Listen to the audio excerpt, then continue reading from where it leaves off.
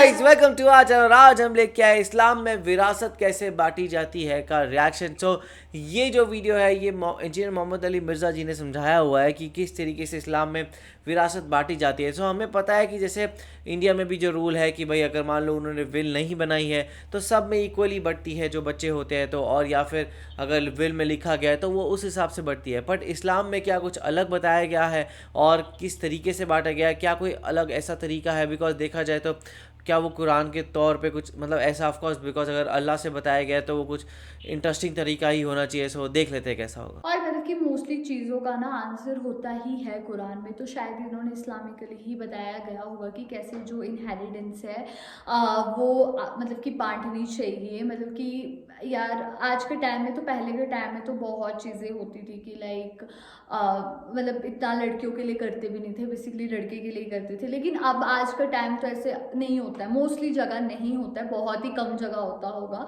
लेकिन ऐसे तो आज के टाइम में तो नहीं होता है। बाकी देखते हैं कि इस्लामिकली क्या बोला गया है, और तो स्टार्ट करते हैं वीडियो को। अब इसके लिए मैं एक एग्जाम्पल कंसिडर कर लेता हूं ताकि आपको बात समझ आ जाएगी। मिसाल के तौर पर एक शख्स जो है वो 1,20,000 रुपया छोड़कर मरा है। बस 1,20,000 रुपया गालियां दे ये सपोज कर ले आप। उसने 10,000 का कर्ज उतारना है। अच्छा। और 10,000 रुपए की उसने वसीयत भी की हुई है किसी के लिए कि मेरे मरने के बाद फलां मस्जिद में या फलां मदरसे में या फलां गरीब आदमी को 10,000 रुपया मेरे माल में से दे दिया जाए। ठीक है। तो पहले क्या होगा कि वो वसीयत पूरी की जाएगी। 10,000 रुपया हम उस मस्जिद को या मदरसे को या उस पर्टिकुलर पर्सनैलिटी को देंगे कि जिसकी उसने वसीयत की है। ठीक है। बाकी कितना रह गया? 1,10,000। अरे अब 10,000 रुपया उसने कर्ज भी उठाया हुआ है, दोनों का तो 10,000 रुपया कर्ज भी उतार देंगे। 1 लाख। पीछे क्या बचा? 1 लाख। अब तरतीब क्या होगी कि मैंने बताया था कि 2 लोग हैं जिनका माल विरासत में जो हिस्सा है वो पूरे माल में से मिलता है, मां बाप और बीवी या खामद। और बाकी जो माल बचेगा वो फिर औलाद में और बहन भाइयों में तकसीम होगा। और उसमें मजे की बात यह है कि अगर औलाद नरीना मौजूद है यानी लड़का है, फिर बहन भाइयों को कुछ भी नहीं मिलेगा। अच्छा। बहन भाई उस वक्त शामिल होते हैं जब कोई शख्स लड़का छोड़ के ना मरे, सिर्फ लड़कियां ही लड़कियां हो, तो फिर बहन भाइयों में भी हिस्सा आ जाता है। अगर लड़का भी है और लड़कियां भी हैं उसकी तो बहन भाई फौरन फारग। तो ये सीधा सा फार्मूला है कि अगर औलाद नरीना है तो बहन भाई को कुछ नहीं मिलना। अच्छा। पहले नंबर पे मां बाप को, उसके बाद खामद को या खामद के लिए बीवी को, और उसके बाद औलाद को। लड़के को डबल मिलेगा लड़कियों से, लेकिन अगर लड़का नहीं होगा सिर्फ लड़कियां होंगी फिर मां बाप और खामद और बीवी के साथ साथ फिर बहन भाइयों को भी मिलेगा। क्यों? तो अब 1 लाख रुपया था, तो अब उसके मां बाप भी जिंदा है। तो हमने क्या पढ़ा है इसमें कि मां बाप में से हर एक के लिए वाली अबवैहि लिकुल्लि वाहिदिम मिनहुम अस्सुदुस, मैयत के मां बाप में से हर एक को 1/6 हिस्सा मिलेगा।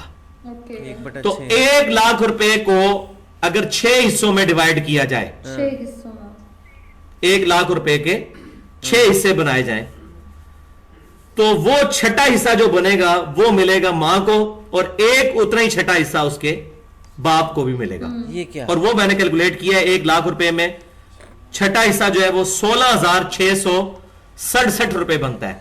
667 आप तक 16,696, तो 16,667, 4,000 रुपए ऊपर जो है वो ये बन गया। तो 16,667 रुपए, 667 रुपए 667 ये मिल गए मां को, और 16,667 रुपए मिल गए बाप को। अच्छा। अब उसकी बीवी के लिए, या बीवी थी तो उसका शोहर, उसके लिए कितना है? 1/8।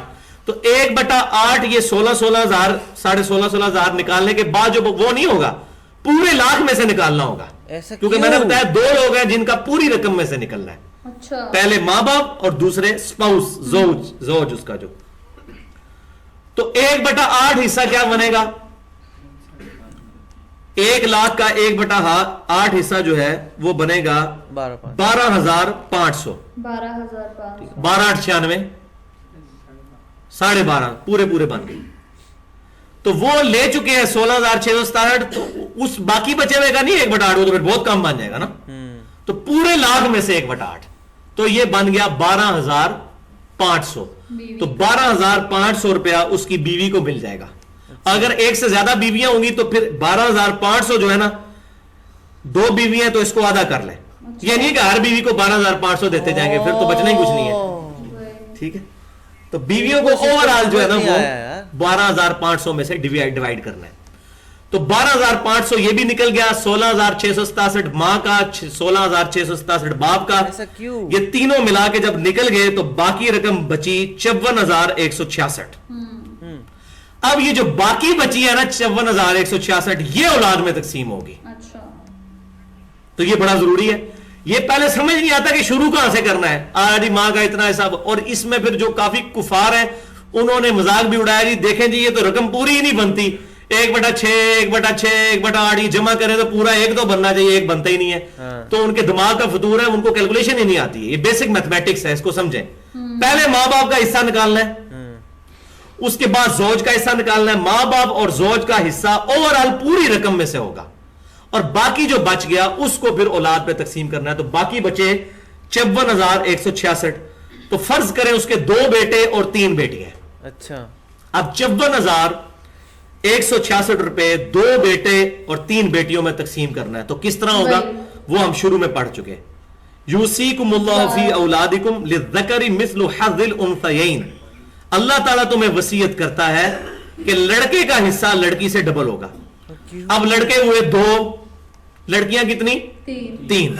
तो लड़के को चूंकि डबल मिलना है तो हम फर्ज कर लेते हैं लड़के 4 हैं। अच्छा, और लड़कियां 3 फर्ज कर लेते हैं लड़के 4 हैं, 4 के हिसाब से कैलकुलेट करते हैं, तो 4 की रकम फिर 2 को दे दी जाएगी, तो डबल पॉइंट। तो लड़कियां 3 हुई और लड़के थे 2, लेकिन चूंकि उनको डबल मिलना है हमने फर्ज किया 4। 4 और 3 कितना हुआ? 7। तो 54,166 को 7 के ऊपर आप 7 के ऊपर डिवाइड कर लें। ठीक है, तो ये बन जाएगा 15,476 रुपए। ठीक है, कितना बना जरा कैलकुलेट कर लें। सॉरी, 7,738। वो 15,000 जो मैंने लिखा है वो बेटे का हिस्सा फिर बनेगा ना। तो कितना बना? 7,738। 7 ठीक है, 49।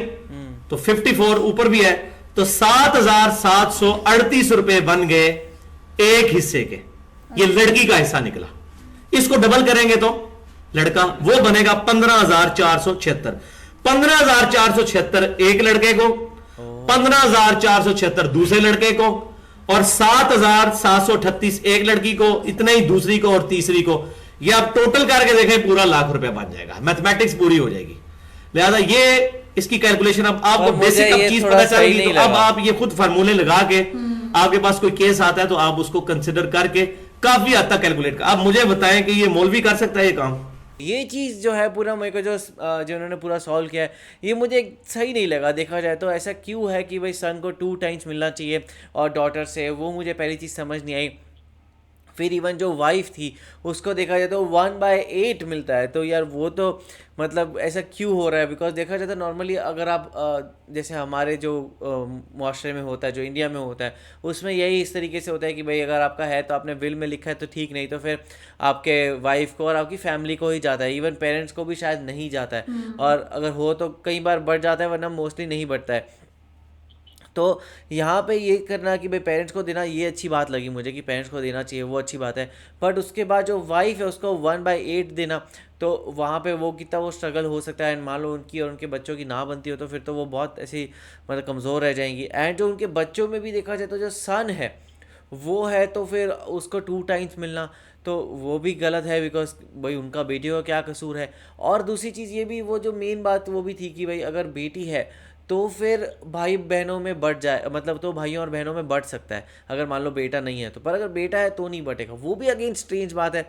बिकॉज अगर बेटी होती, अकेली बेटी है या 2 बेटियां हैं, तो फिर तो पूरा पैसा उनमें ही, बाकी जो बचा है वो बंटना चाहिए, बजाय इसके कि फिर तब भी आप उनको कम दें और उसके बाद भी आप अपने भाइयों और बहनों में बांटें।